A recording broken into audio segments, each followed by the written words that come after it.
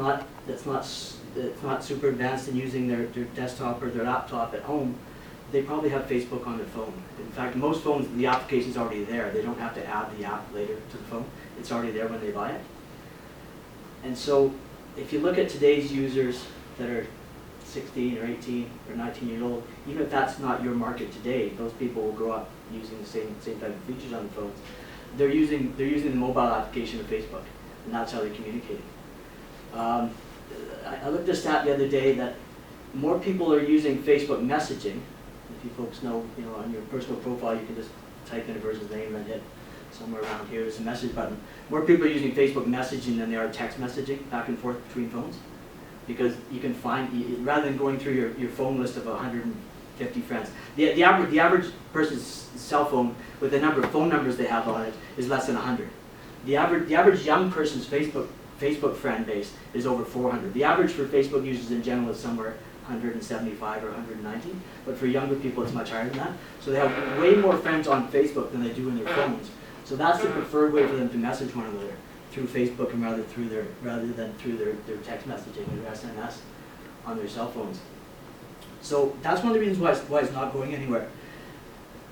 The last stats I looked for Canada, something like 96 or 97% of 16-year-olds were using it. A little bit lower for higher than that. But as those people grow older, that I can't imagine that if it's 96% for 16-year-olds right now, in 4 years' time, it's still going to be 96 or 97% for 20-year-olds. People can't port all their information. Like I mentioned before, people have all their photos, they have all their videos. There's no easy way to take that off of Facebook, and I'm sure Facebook's working hard to make sure that no one writes a third-party program that can easily take that and put it somewhere else. So, some people talk about Facebook fatigue, and this is all going to where I'm going here is that people aren't leaving Facebook. Some people talk about Facebook fatigue and say, well, people are tired of Facebook, they're not using it as much as they used to. They might not be using it quite as much as they used to when they first got on, but they're not going anywhere else. There is nowhere else to go. There is no up-and-coming other social network that's anything like Facebook. There's Instagram, or there's Pinterest, or there's Google+, which I'm not a big advocate for. I don't think it's going anywhere. But people are generally, I shouldn't say they're lazy, but they take the path of least resistance.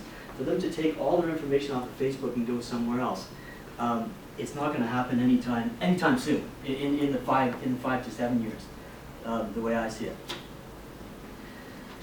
You folks are probably know